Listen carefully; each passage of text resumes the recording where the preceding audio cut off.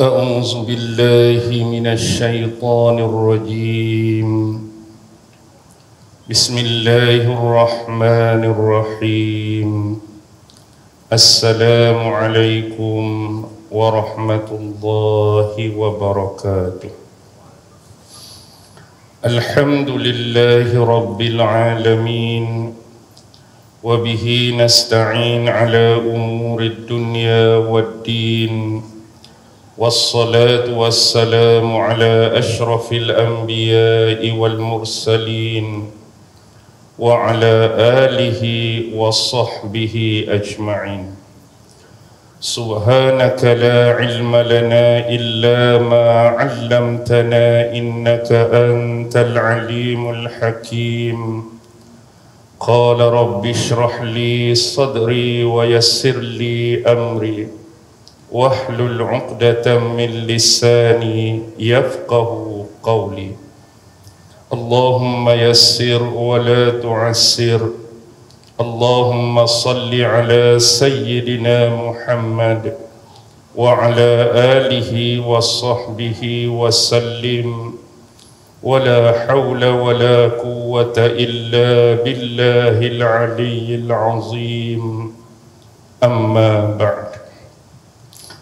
Alhamdulillah, syukur kehadrat Allah Subhanahu wa ta'ala, kerana dengan limpah kurnia, rahmat, kasih sayang dan inayah daripada Allah Subhanahu wa ta'ala, alhamdulillah, pada malam ini sekali lagi kita sama-sama dapat ditempatkan oleh Allah Subhanahu wa ta'ala pada sebaik-baik tempat.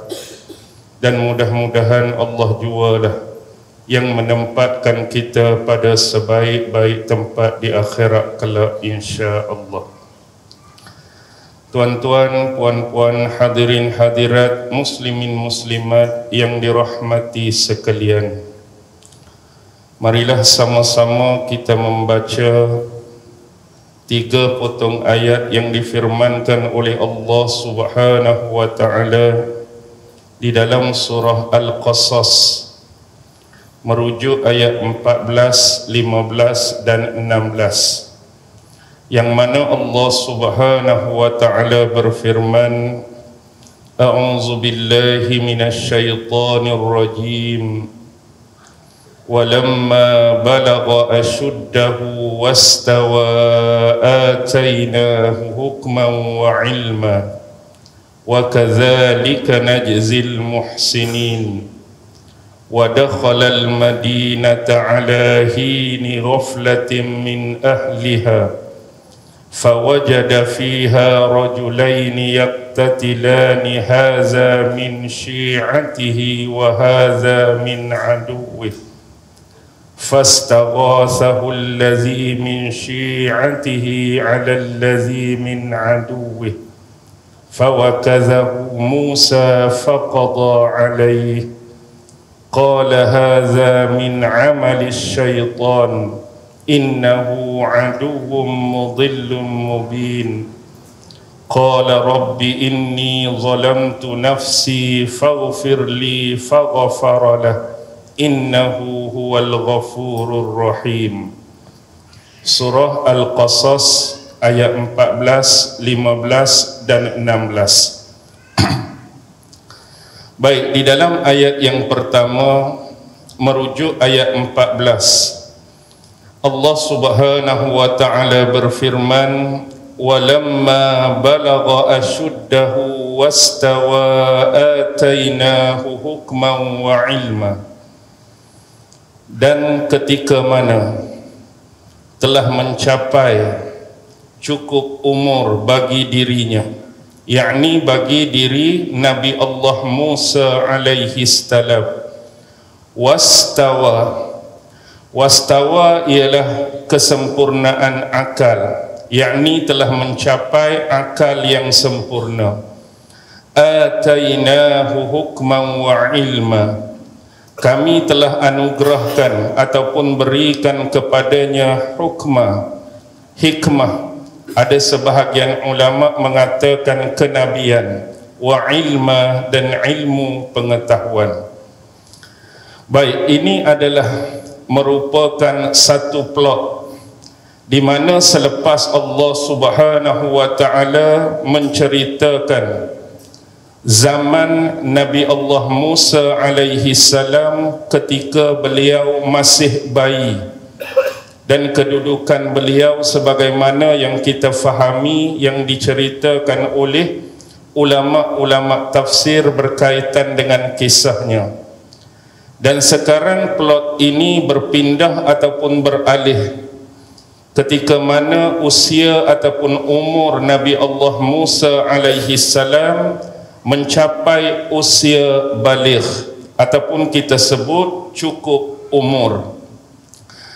Dan ini samalah kita anggap seperti jauh sekali nak menyamakan kisah seorang Nabi dan Rasul yang besar dengan ilmu keduniaan sekarang. Tapi nak bagi faham, kalau kita selalu tengok filem atau drama, mula-mula start cerita tu dia tunjuk hero zaman kecil, tapi kadang-kadang lepas tu scene dia langkau terus. Hak zaman remaja tu tak ada, hero tu terus besar dah.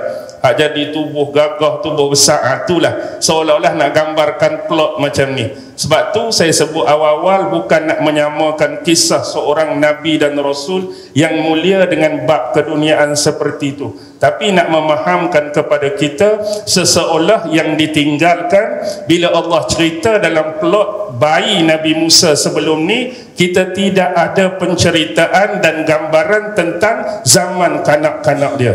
Dia terus datang menceritakan tahap umur Nabi Musa dah mencapai usia baligh ataupun cukup umur. Baik, kalimah walamma balagha asyuddahu ini sama seperti yang kita pernah dengar ataupun baca di dalam surah sebelumnya, iaitu juga mengenai kisah seorang Nabi dan Rasul Bani Israel yang juga menempati bumi dan tempat yang sama. Siapa Nabi dan Rasul yang duduk di bumi Mesir yang mendahului Nabi Musa sebelum ni? Nabi Allah Yusuf alaihi salam.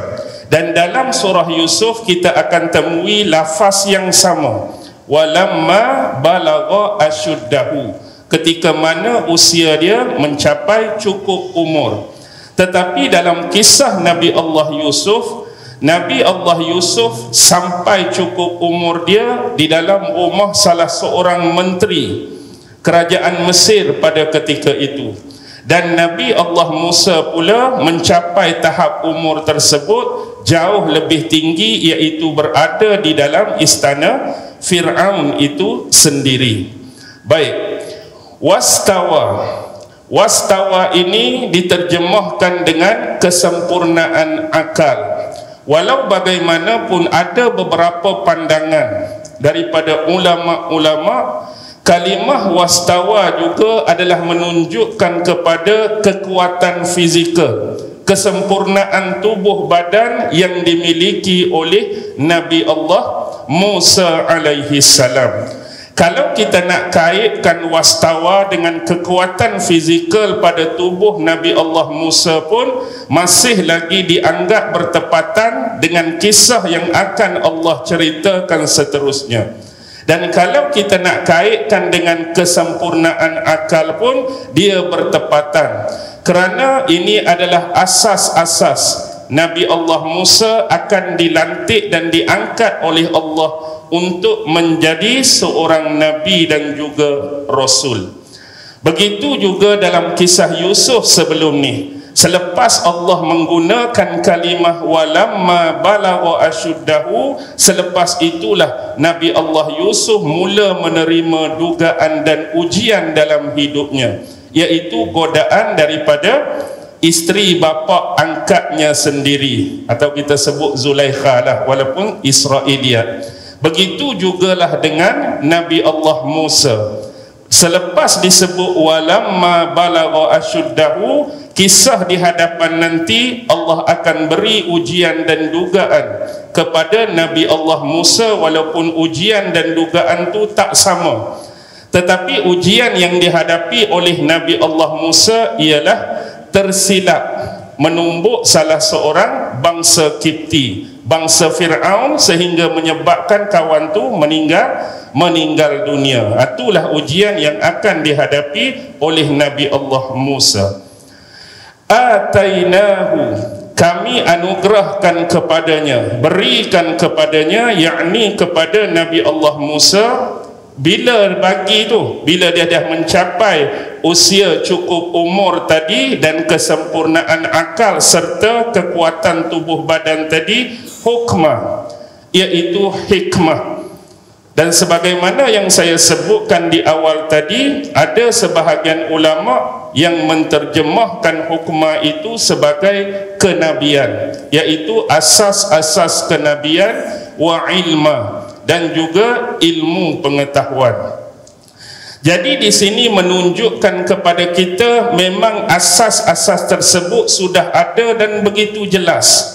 Disebutkan step by step, secara bertahap, cukup umur, sempurna akal, diberi hikmah, diberi ilmu. Ini adalah asas-asas persediaan. Di kemudian hari Allah nak mengangkat Nabi Allah Musa alaihi salam sebagai salah seorang Nabi dan Rasulnya. Bila nak diangkat tu, bila kisah Nabi Allah Musa kembali daripada negeri Madian.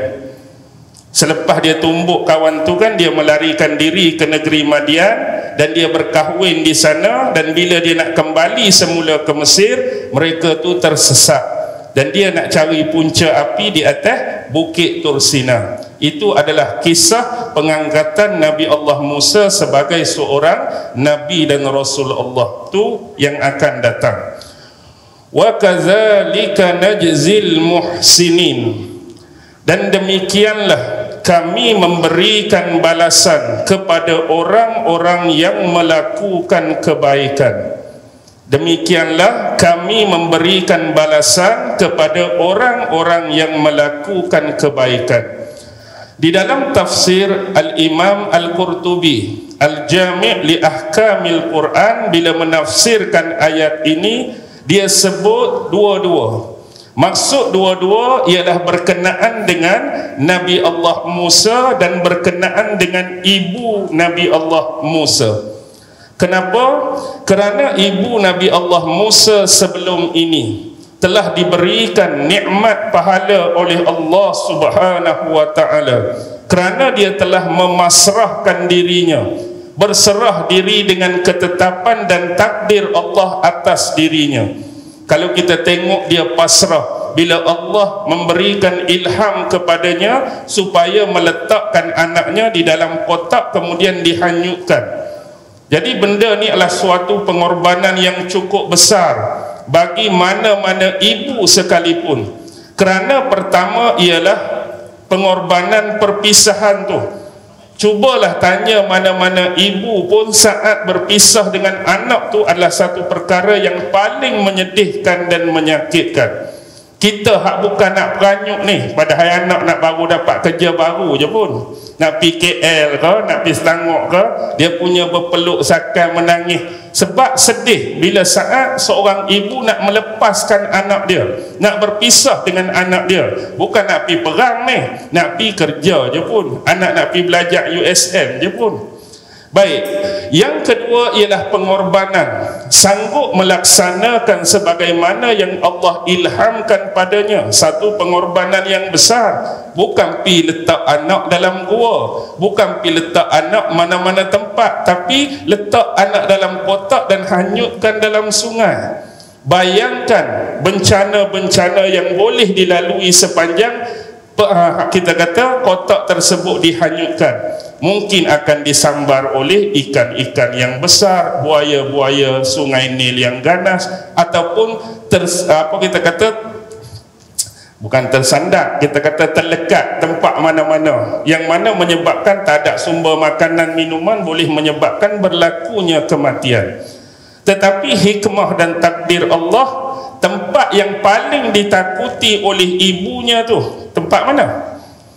Tempat Fir'aun lah, istana Fir'aun lah. Tempat yang paling ditakuti tu, kalau boleh tempat lain tak apa lagi, jangan tempat tu. Tempat yang tu lah yang Allah letak Nabi Musa alaihi salam. Kalau kata landing depan taska, rumah pengasuh mana-mana, selamat juga kan. Tapi ini tempat tu. Tapi sebab berkat kesabaran dia, memasrahkan diri dengan takdir Allah atas dia, Nabi Musa dikembalikan semula kepada ibunya. Walaupun cuma sebagai ibu pengasuh ataupun ibu yang menyusukan Musa dalam istana Fir'aun. Jadi Allah membalas balik kebaikan orang-orang yang membuat kebaikan. Dan yang kedua ialah berkaitan dengan Nabi Allah Musa. Nabi Allah Musa, bahkan Nabi-Nabi dan Rasul sebelum ini pun, walaupun ketika itu mereka belum diangkat oleh Allah, walaupun menjadi seorang Nabi ataupun Rasul, mereka mempunyai adab-adab dan akhlak yang mulia, suka membantu dan menolong orang lain. Baik, ayat yang keseterusnya, wa dakhalal madinata ala hini ghaflatin min ahliha. Dan Nabi Allah Musa masuk ke dalam bandar. Bandar apa? Ada riwayat yang menyebutkan bandar tu bernama Manaf, Mamfun. Kalau bahasa kita sekarang, Memphis. Kalau kita belajar tentang kota-kota di Mesir, kota Fir'aun, ada satu kota nama Memphis, M-E-M-P-H-I-S. Itu adalah kota Manaf. Ala hini ghaflatin min ahliha. Dan keadaan, condition, suasana ketika Nabi Allah Musa masuk di dalam kota tersebut, penduduk-penduduknya berada di dalam keadaan lengah, dalam keadaan lalai. Jadi apa yang dimaksudkan di sini? Baik, ada beberapa riwayat yang menceritakan berkaitan tentang ayat ini. Baik, pertama ialah ada riwayat yang menyebut ketika Nabi Allah Musa masuk dalam kota Manaf ataupun Memphis ini, sebagaimana yang disebutkan oleh beberapa ahli tafsir, keadaan ataupun perhubungan antara Nabi Musa dengan Fir'aun pada masa itu pun dah tak berapa ngam dah tak berapa cantik dah. Sebab ada riwayat yang menyebutkan waktu tu Nabi Allah Musa telah mencela Fir'aun dan perbuatan penyembahan kepada patung yang berlaku dalam masyarakat Mesir. Jadi kata-kata daripada Nabi Musa ini sudah mula kedengaran dan tersebar di kalangan mereka. Jadi atas sebab itulah berlakunya bibit-bibit, kita kata perselisihan di antara Nabi Allah Musa dengan Fir'aun. Jadi kenapa Nabi Allah Musa masuk juga dalam kota tersebut? Baik, ada riwayat daripada As-Suddi. Dalam tafsir yang sama, tafsir Imam Qurtubi, tuan-tuan boleh sama merujuknya. As-Suddi mengatakan bahawa waktu tu Nabi Allah Musa masuk ke dalam kota Memphis ataupun kota Manaf ini, dan perselisihan berlaku ialah waktu masuk tu waktu mana. Kalau kita rujuk satu lagi tafsir, iaitu tafsir Imam Ibnu Katsir, tafsir Al-Quranul Azim, dalam tu disebut dua. Pertama, ada ulama yang mengatakan dia masuk tu waktu tengah hari, waktu zuhur. Pertama. Pandangan yang kedua ialah waktu di antara waktu maghrib dan waktu isyak. Jadi jauh beza tu. Satu waktu puncak tengah hari, satu lagi antara waktu maghrib dan waktu isyak. Baik, seterusnya ialah dari pandangan Muqatil. Sebelum tu pun As-Suddi menyebutkan walaupun ada perselisihan faham di antara Nabi Musa dengan Fir'aun, tapi Fir'aun masih lagi mempunyai hubungan, kedekatan dan kekerabatan dengan Fir'aun tu sendiri. Dan waktu tu dikatakan baginda masih lagi menggunakan kenderaan Fir'aun. Maksudnya masih lagi menggunakan kenderaan yang dimiliki oleh istana di bawah pemerintahan Fir'aun. Dan ada sebahagiannya menisbahkan Nabi Musa ini sebagai anak Fir'aun dengan menyebut Musa bin Fir'aun, walaupun cuma anak angkat. Jadi pandangan seterusnya daripada Muqatil. Jadi sebenarnya Muqatil menyebutkan satu ketika Fir'aun ni dia keluar nak pergi kepada satu kota daripada kota-kota yang ada di bumi Mesir. Kota yang dia nak pergi itu ialah kota yang disebutkan tadi, kota Manaf ataupun disebut Memphis. Tapi setelah Fir'aun keluar, Fir'aun mendahului ni, Fir'aun keluar dalam jarak lebih kurang farsakhain. Dalam tafsir Imam Qurtubi disebut waqala Muqatilun, dan berkata Muqatil ala ra'si farsakhain min Misra. Jadi selepas Fir'aun tu bergerak dalam anggaran 2 farsakh daripada bumi Mesir. 2 farsah ni berapa kiraan dia? 1 farsah 8 km. Jadi 2 farsah 16 km. Ni saya jadi gerung nak sebut ni. 16 km ni 2-3 hari ni 15 km lah. Jadi kita sebut 16 km, mak pula buat tajuk ni 16 km pula, jenuh aku. Baik, 16 km 2 farsah. Jadi selepas anggaran Fir'aun keluar tu sejarak ataupun sejauh 2 farsah daripada bumi Mesir ni, maka menyusullah Nabi Allah Musa dengan mengenderai kuda. Jadi dia follow, dia ikut arah yang sama di mana Fir'aun tu nak pergi. Jadi bila sampai ke kota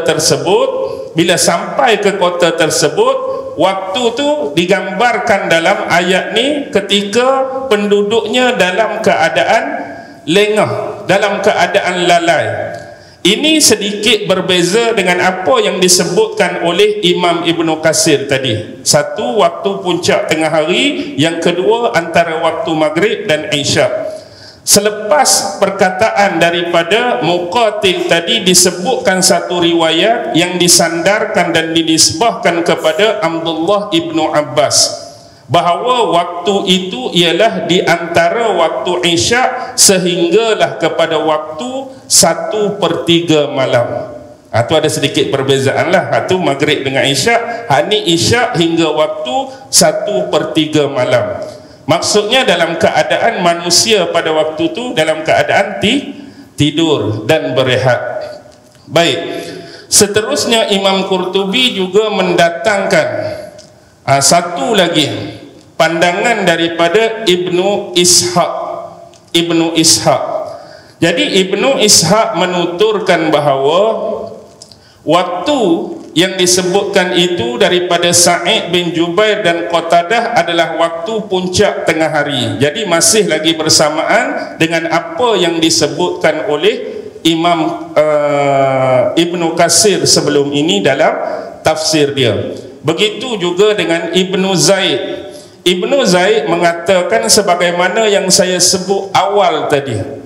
Dia kata sudah ada bibit-bibit perselisihan faham di antara Musa dengan Fir'aun. Bahkan Ibnu Zaid dia sebut lebih jauh lagi bahawa sebelum ni pun Musa sudah dihalau daripada istana, dah sudah menghilangkan diri beberapa tahun, sehingga dalam kisah ini seolah-olah dia memunculkan dirinya kembali dengan mengikuti Fir'aun tadi sehingga sampailah di kota tersebut. Baik, bila sampai di kota tersebut, fawajada fiha rajulaini yaqtatilani, maka dia mendapati padanya, yakni di dalam kota tersebut, rajulaini, 2 orang lelaki, yaqtatilani, yang saling berkelahi dan bergaduh. Sebab tu dia guna kalimah yaqtatilani. Qatalani berbunuh, maksudnya pergaduhan dan perkelahian tu seolah-olah sehingga ke tahap masing-masing nak membunuh lawan masing-masing. Haza min syi'atihi, salah seorang daripada yang bergaduh itu, min syi'atihi, adalah daripada golongannya, iaitu Bani Israel. Seorang lelaki hak bergaduh tu lelaki Bani Israel. wa hadza min aduwihi, dan sebelah pihak lagi ialah daripada pihak yang dimusuhinya. Musuhnya iaitu bangsa Kipti, bangsa Fir'aun. Baik, sekarang kalau kita tengok kepada suasana dan keadaan tersebut, baik, ni bukan nak menetapkan atau mengesahkan mana-mana suasana ataupun masa tadi. Bila masuk dalam kota tu, tiba-tiba tengok dua orang lelaki bergaduh. Kalau kita nak tengok muyul, kecenderungan kepada konteks pergaduhan ni, biasa orang bergaduh waktu siang ke waktu malam. Boleh jadi dua-dua lagi. Kita tak nak ambil kesimpulan lagi. Bergaduh ni siang pun boleh, malam pun boleh. Jadi kita kena ambil kriteria masa yang disebutkan pula. Waktu puncak tengah hari, ada logik orang bergaduh. Waktu antara maghrib dengan isyak juga ada logik orang bergaduh. Waktu isyak dengan sepertiga malam, aku mana? Ada logik tak? Logik bergaduh ni bila-bila masa. Boleh suami isteri pukul 3-4 pagi bunyi pinggan pecah, tak ada masalah. Jadi kita nak menetapkan tu tak boleh. Tak boleh kita nak kata takkan nak bergaduh malam, mestilah bergaduh siang, kerana kita ada kecenderungan untuk memilih pandangan benda ni berlaku di siang hari. Tidak semestinya. Baik, kita tinggalkan perbahasan seperti itu. Sekarang ni yang ditengok dua orang lelaki yang sedang bergaduh. Seorang tu di pihak Bani Israel, seorang lagi di pihak bangsa Kipti. Fastaghasahu allazi min syi'atih, maka lelaki yang daripada pihak Nabi Musa, iaitu lelaki Bani Israel, fastaghasahu, meminta pertolongan daripadanya, meminta pertolongan daripadanya, tapi digunakan kalimah fastaghasahu. Baik, kalimah ni asal dia ialah ghawasa, kata dasar dia ghin waw sa, ghawasa. Apa makna ghawasa? Makna ghawasa dalam bahasa Arab salah satunya boleh dirujuk ialah kita ni menerima penurunan hujan secara tiba-tiba di waktu yang kita mengharapkan hujan tu turun. Maksudnya mungkin kita panas atau masa tu musim kemarau, yang masa dalam keadaan tersebut kita memang mengharapkan hujan turun, tiba-tiba hujan mari tu turun. Maksudnya kita memerlukan benda tersebut dalam keadaan memang kita perlu dan dalam keadaan genting atau kita sebut kritikal. Tu ghawasa. Dan ini jugalah kalau kita belajar kitab tasawuf, iaitu bila bab ulama-ulama meletakkan gelaran-gelaran dan level-level ahli-ahli tasawuf. Contoh bila kita belajar ada yang disebut kutub, pernah dengar kutub? Ada yang disebut abdal, ada yang disebut nujaba, ada yang disebut ghaus.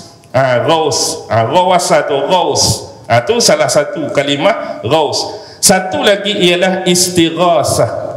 Istighasah yang selalu juga jadi perkara yang diperselisihkan dan diikhtilafkan oleh sebahagian besar ulama dan sarjana serta akademik kita. Tapi di sini kalimah ni nak menunjukkan bahawa lelaki tadi memang memerlukan pertolongan. Tiba-tiba datang Nabi Musa tu seolah-olah dia minta tolong dalam keadaan yang memang dia memerlukan pada masa tu, dalam keadaan genting dan kritikal.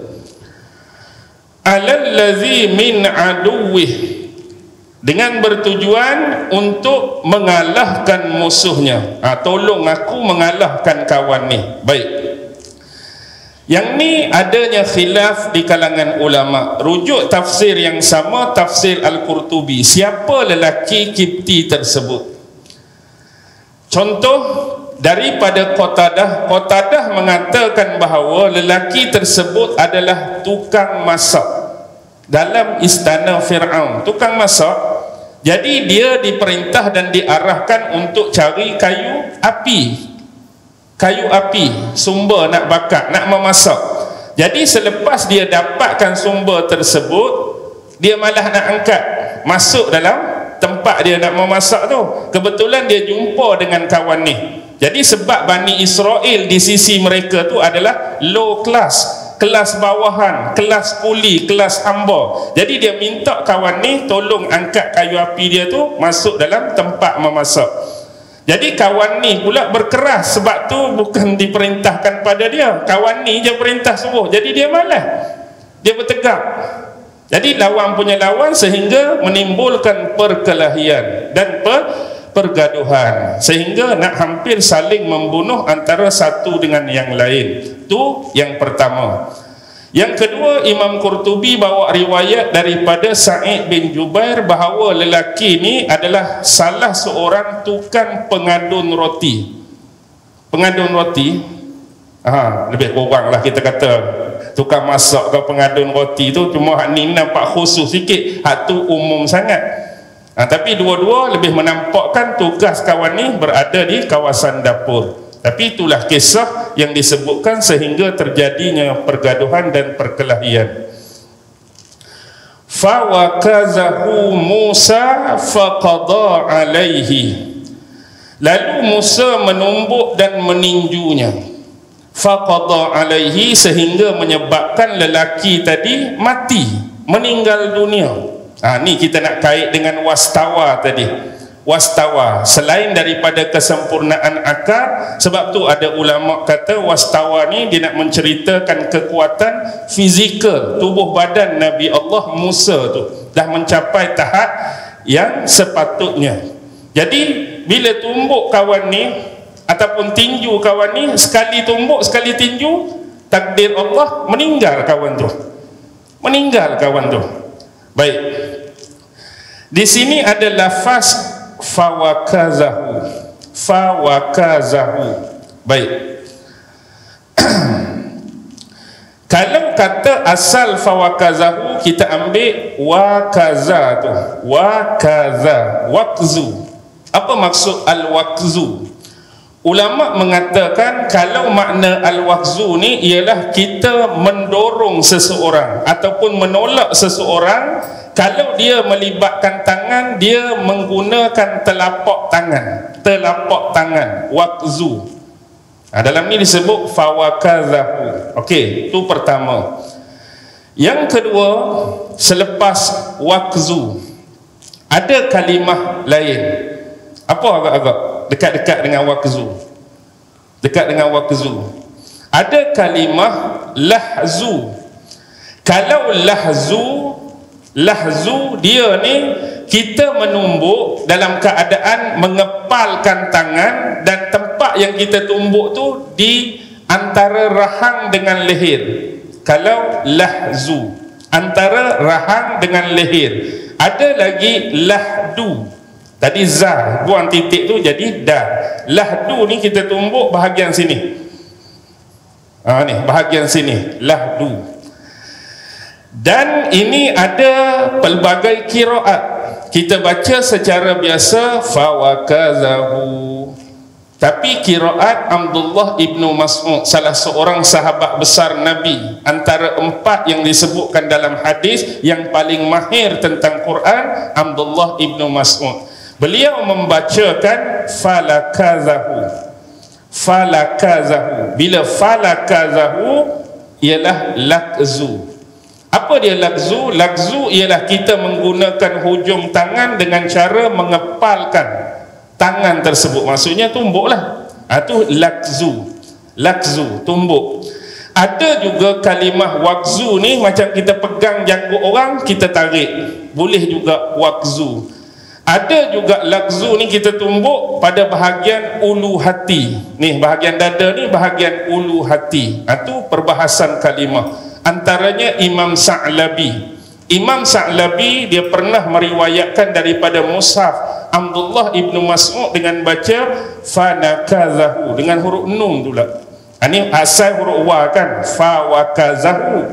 Tadi qiraat Abdullah ibnu Mas'ud guna huruf lam, falakazahu. Tapi Sa'labi meriwayatkan daripada mushaf Abdullah ibnu Mas'ud guna nun, fanakazahu. Apapun dia lebih kurang belaka, dia menjurus ke arah satu perbuatan yang menumbuk seseorang. Cuma konteks menumbuk tu sasaran dia di mana? Di muka ke, di antara rahang dengan leher ke, di dada ke, di bahagian ulu hati ke. Proses tumbuk tu berlaku dan akibat daripada tumbukan tersebut menyebabkan kawan tu KO, mati.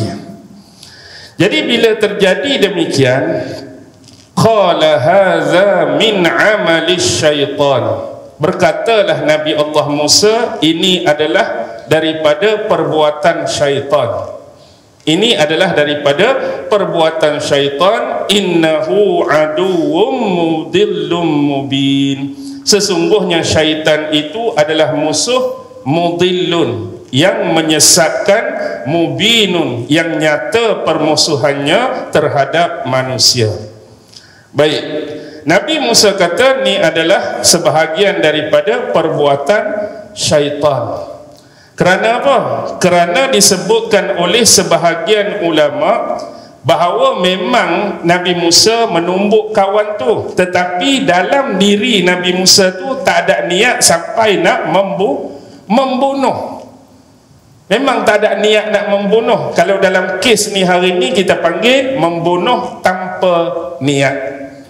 Tapi cara dia nak tumbuk kawan ni disebutkan dengan cara yang bernafsu. Maksudnya tengok, geng belah kita ni tengah bergaduh, lepas tu minta tolong pula kita. Jadi cara kita nak pi terjah kawan tu, nak pi serang kawan tu dalam keadaan bersungguh, dalam keadaan bernafsu, sehingga bila kita melepaskan tumbukan kena tu, Allah, meninggal pula kawan ni.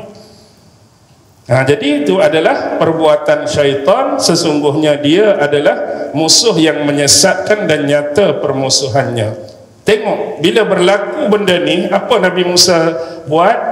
Qala rabbi inni zalamtu nafsi, wahai Tuhanku, sesungguhnya aku telah menzalimi diriku sendiri. Aku telah menzalimi diri aku sendiri. Faghfirli, maka maafkanlah aku atau ampunkanlah dosa daripada perbuatan aku tadi. Faghfaralah, maka Allah telah mengampunkan dosanya. Baik, ini ucapan Nabi Allah Musa selepas kes ataupun perkara tersebut berlaku. Nabi Allah Musa terus menyatakan bahawa dia telah menzalimi dirinya sendiri, yakni dia sedar apa yang dia buat itu adalah salah satu bentuk kezaliman sehingga menyebabkan terjadinya pembunuhan, dan dia meminta pengampunan daripada Allah atas perbuatan tersebut. Kita tak boleh kata atas dosa tersebut, sebab Nabi dan Rasul ini terpelihara daripada dosa, kerana mereka disifatkan Allah dengan sifat maksum. Ada sebahagian ulama cuma meletakkan, kita boleh kata, kesilapan. Tapi kesilapan Nabi dan Rasul ini bukanlah sama seperti taraf ataupun tahap kita, tetapi ialah untuk memberikan ibrah ataupun pengajaran kepada umat selepas tu daripada hasil peristiwa tu. Jadi kenapa Nabi Allah Musa buat macam tu, dan apa yang berlaku tu sebagai ibrah, sebagai pengajaran untuk kita ambil daripada kisah tersebut. Baik, ini yang patut kita buat dan kita contohi. Apa dia? Bila buat salah, kita cepat-cepat sedar bahawa kita sedang melakukan kesalahan. Yang jadi masalah ialah umat manusia ni bila dia buat salah, dia berasa apa? Dia berasa dia tak bersalah, dan dia tak pernah rasa dia buat salah, walaupun yang dia buat itu adalah kesalahan. Rasa tu. Jadi bila buat salah, kena rasa hak kita buat tu benda salah. Dan bila kita buat benda salah, dia melibatkan antara dosa dan pahala. Tak kiralah kesalahan tersebut dari sudut kecil atau besarnya. Kerana sebelum ni pun kita sudah membahaskan tentang antara sifat orang yang bertakwa, iaitu sentiasa menjaga akhlak, etika dan perbuatan dia. Dia cukup berhati-hati, dia cukup jaga. terutama yang melibatkan dosa. Ni orang bertakwa ni, dia kira apa yang dia buat tu berdosa kepada Allah atau berdosa kepada orang lain. Dia tak tengok dah sisi besar ke kecil ke. Yang dia fikir, aku buat ni kecil ke besar, kepada siapa aku melakukan dosa ni. Kalau kepada Allah, lagi-lagilah dia mengawasinya, lagi-lagilah dia berjaga dan mengawasinya. Apatah lagi yang melibatkan dosa-dosa yang besar, yang menyabit atau bersangkut paut dengan hak-hak Allah dan juga hak-hak manusia lain. Jadi pengajaran di sini, kita kena sedar sekiranya buat salah, maka kita minta pengampunan daripada Allah sekiranya dia bersangkutan dengan hak Allah. Sebagai contoh, kita mensyirikkan Allah. Jadi bila kita sedar, bertaubat daripada perbuatan tersebut, ya, manusia ni Allah tak bagi level dan pemikiran yang sama, ilmu dan kesempurnaan akal yang sama. Kadang-kadang ujian dan dugaan yang Allah bagi ni menyebabkan kita tersasar dalam hidup, kita terseleweng dalam hidup, kita tersalah jalan dalam hidup sehingga melakukan dosa-dosa tadi. Mungkin kita jatuh syirik, mungkin jatuh sifat munafik, mungkin buat tu buat ni yang bersangkutan dengan hak-hak Allah. Jadi biar kita ni bila sedar, kembali semula, bertaubat daripada perbuatan-perbuatan dan kesalahan tersebut dan minta pengampunan daripada Allah. Begitu jugalah dengan dosa yang bersangkutan dengan manusia. Dengan manusia lagi susah, lagi payah.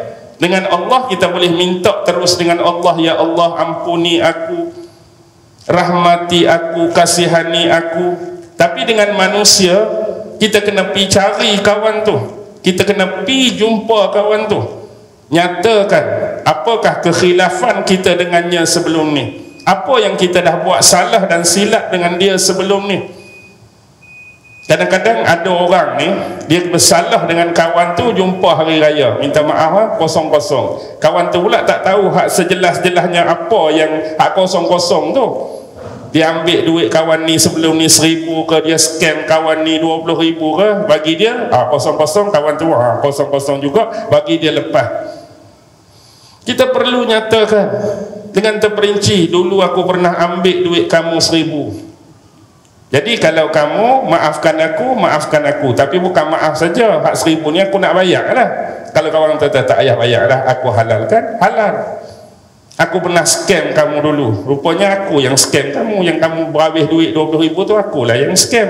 Contoh, sebut, aku nak bayar balik 20,000, tak bayar dah. Kalau dia minta bayar, bayar balik. Susah dengan manusia ni tuan-tuan. Sebab tu kita kena beringat, sama ada perkataan kita, perbuatan kita melibatkan dengan hak manusia lain, memang susah. Memang susah.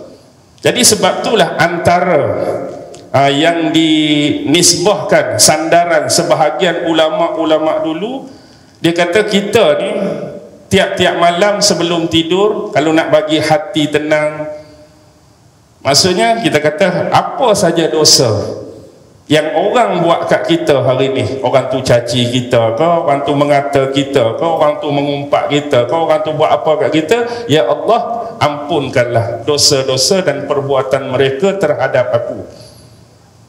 Jadi kita pun tenang bila kita memaafkan. Bukan malam-malam tu, dia sepak aku tadi, esok memang kenal lah, pada hari ini dia tampak aku sekali, esok 14 kali aku nak. Jadi kita pun serabut. Kita pun serabut. Dia scam aku 20,000, rasa lagi aku scam dia 1 juta balik. Jadi dia buat dah tu benda salah, kita nak buat balas balik tu benda yang salah juga. Itu bukan sifat orang yang mukmin, lebih-lebih lagi orang yang bertakwa. Ingatlah bahawa kita ni memang tak terlepas daripada melakukan dosa, salah dan kesilapan. Jadi bila kita rasa kita bersalah, minta maaf. Sebagaimana yang disebutkan dalam ayat ni. Okey. Innahu huwal ghafurur rahim. Sesungguhnya dia merujuk kepada Allah Subhanahu wa taala, dialah zat yang maha pengampun lagi maha ar-rahim. Apa dia? Penyayang, pengasih. Allah ni memang penyayang, bersifat pengasih kepada setiap hamba-Nya. Siapa saja yang bersalah, siapa saja yang berdosa, Allah sentiasa membuka ruang, memberi peluang kepada kita untuk menyatakan kesalahan dan meminta pengampunan daripadanya. Allah ni Maha Pengampun, tu salah satu sifat Dia. Buat salah, kita nak minta maaf. Buat salah, kita nak minta pengampunan daripada Allah. Allah sentiasa membuka ruang dan peluang tu untuk kita.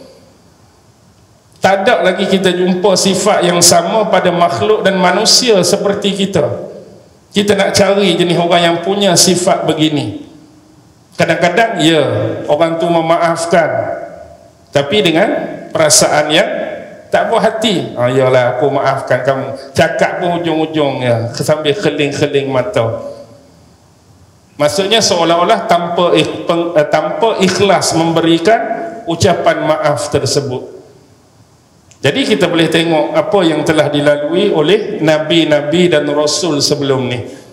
Nabi Muhammad sebagai contoh, panutan kita, dunia sampai akhirat. Bagaimana Rasulullah berta'amul, bermuamalah, berkomunikasi dengan orang yang selalu menyakiti baginda. Adakah baginda menggunakan jalan yang sama? Bila disakiti, baginda menyakiti mereka. Bila dicaci maki, baginda juga mencaci maki mereka? Tidak. Tetapi baginda sentiasa menghulurkan rahmat, kasih sayang dan kebaikan. Kerana mereka tidak mengetahui, hakikat kebenaran dakwah yang dibawa oleh Nabi Muhammad ni sebagai jalan untuk bawa mereka kepada keselamatan, bukan sewaktu mereka hidup atas dunia, bahkan lebih jauh ketika nak bertemu dengan Allah di akhirat kelak. Satu benda yang cukup besar yang Nabi dan Rasul nak bawa, mereka tidak mengetahui. Tengok ketika Rasulullah disakiti, bahkan terluka di bumi Taif dulu. Pernah ada penawaran daripada malaikat yang menjaga gunung, tawar pada Rasulullah nak hempapkan gunung tu atas penduduk Taif yang menolak dakwah Nabi, yang menyakiti baginda, yang melukakan baginda. Tapi apa kata Nabi? Berkemungkinan hari ini mereka yang menolak, tapi Rasulullah mengharapkan keturunan mereka, mungkin anak cucu cicit mereka di kemudian hari beriman dan menerima dakwah yang aku bawa ni. Itulah ketinggian dan kemuliaan hati Rasulullah. Bayangkan kalau kita kena buat macam tu, malaikat mari tawar. Tadi baru orang duk maki, tadi baru orang duk caci, tadi baru orang duk lempak batu, habis luka badan aku ni. Mari malaikat, ustaz aku mana? Saya nak hempak atas depa. Oh, macam mana? Agak-agak. Bukan kata satu kampung, 10 kampung hang bantai. Oh, kita, bukan kita lah, saya seorang lah, tuan-tuan hati baik, mulia. Tapi nak habaq tu lah beza sifat. Rasulullah memandang ke hadapan, kerana benda tu masih jauh. Mereka dalam keadaan jahil, mereka dalam keadaan tidak mengetahui. Kalau Rasulullah menggunakan jalan yang sama, jahat dibalas jahat, keburukan dibalas keburukan, kata-kata dibalas kata-kata, perbuatan dibalas perbuatan, maka dakwah ini tidak akan berhasil. Tunggak kekuatan dakwah ialah rahmat, hikmah dan kasih sayang. Di samping adanya pertolongan daripada Allah Subhanahu wa Ta'ala. Itu amat penting. Kita nak buat apa-apa perbuatan, apa-apa kerja pun kena sentiasa minta pertolongan dengan Allah. Sebagaimana Nabi-Nabi dan Rasul, walaupun mereka tu sebagai utusan Allah, Nabi, Rasul berdakwah. Konsep dakwah ni, siapa pun, hatta dia Nabi dan Rasul, pasti ada pro dan kontra. Patutnya tahap Nabi ni, Rasul ni, dengan mereka terpelihara daripada dosa, maksum, Allah bagi kepada mereka wahyu, Allah bagi mereka hikmah, Allah bagi mereka pengetahuan, Allah bagi mereka akhlak dan adab yang mulia. Padang sekali cakap tu orang terima dah. Tapi itulah resamnya. Bahkan yang mendokong dan menerima dakwah tu bilangan dia jauh lebih kecil daripada yang menentang. Lepas tu kalau nak banding dengan kita hari ni, jauh panggang dari api lah. Padahlah tahap kita. Kalau ada orang sokong ke, ada orang lawan ke, ada orang menentang, taraf kita, level kita. Tu Nabi dah Allah bagi ketinggian dan kemuliaan pun masih ada lagi yang menentang. Tapi konteks tentangan mereka tu kerana banyaklah. Ada hak memang jahil, ada hak memang tak mengetahui, ada hak yang memang tahu tapi menolak kebenaran. Ada yang memang tahu tapi degil, ada yang memang tahu tapi keras kepala, macam-macam lah. Moga-moga Allah tidak menggolongkan kita di dalam golongan yang menentang dakwah para nabi dan juga rasul, yang menentang kebenaran dan perkara-perkara yang hak. Dan sama-samalah kita berganding bahu untuk membuang ataupun kita kata rilis benda-benda yang dianggap maksiat dan mungkar, bukan saja di dalam lingkungan kita, diri kita, anak-anak kita, isteri dan keluarga kita, bahkan lingkungan yang lebih besar dan luas, kawasan kita, taman kita, untuk kita jauhkan benda-benda yang bersifat demikian, dosa-dosa, keburukan dan juga maksiat. Baik, saya berhenti di sini. Kita baca malam ni 14, 15, 16 dan insya-Allah kita akan sambung pada waktu dan lain ketika.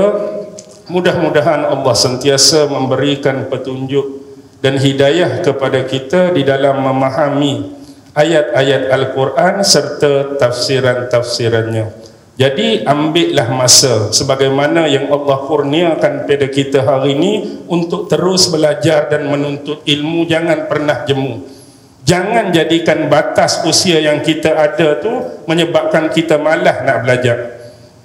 Oh, saya dah 60 ustaz, saya dah 70, tak badan dah nak belajar, tak badan dah nak buka kitab. Jangan. Waktu Allah bagi peluang dan ruang sisa-sisa hidup ni untuk kita belajar perkara-perkara yang menjadi kepentingan hidup kita. Ini bab syariat. Kita nak belajar tafsir ke, kita nak belajar hadis ke, kita nak belajar tauhid, fiqh ke, itu adalah sebahagian daripada kewajipan. Kenapa wajib? Kerana untuk menghilangkan kejahilan dan ketidaktahuan kita tentang syariat Allah. Kan kita nak solat, kita nak zakat, kita nak haji, kita nak buat amalan-amalan terutama yang melibatkan ibadah, asas dia mesti ada ilmu pengetahuan. Dan jangan jadikan batasan usia tadi sebagai penghalang dan alasan bagi kita untuk tidak belajar tentang ilmu-ilmu ini. Jadi saya berhenti di sini. Wabillahi taufiq wal hidayah. Wassalamualaikum warahmatullahi wabarakatuh. Bismillahirrahmanirrahim. Allahumma innaka ta'lam anna hazihil quluba qad ijtama'at ala mahabbatik والتقت على طاعتك وتوحدت على دعوتك وتعاهدت على نصرة شريعتك فوسق اللهم رابطتها وأدم ودها واهدها سبلها واملأها بنورك الذي لا يخبو واشرح صدورها بفيض الإيمان بك وجميل التوكل عليك وأحيها بمعرفتك وأمتها على الشهادة في سبيلك إنك نعم المولى ونعم النصير وصلى الله على سيدنا محمد وعلى آله وصحبه وسلم والحمد لله رب العالمين. الله أكبر.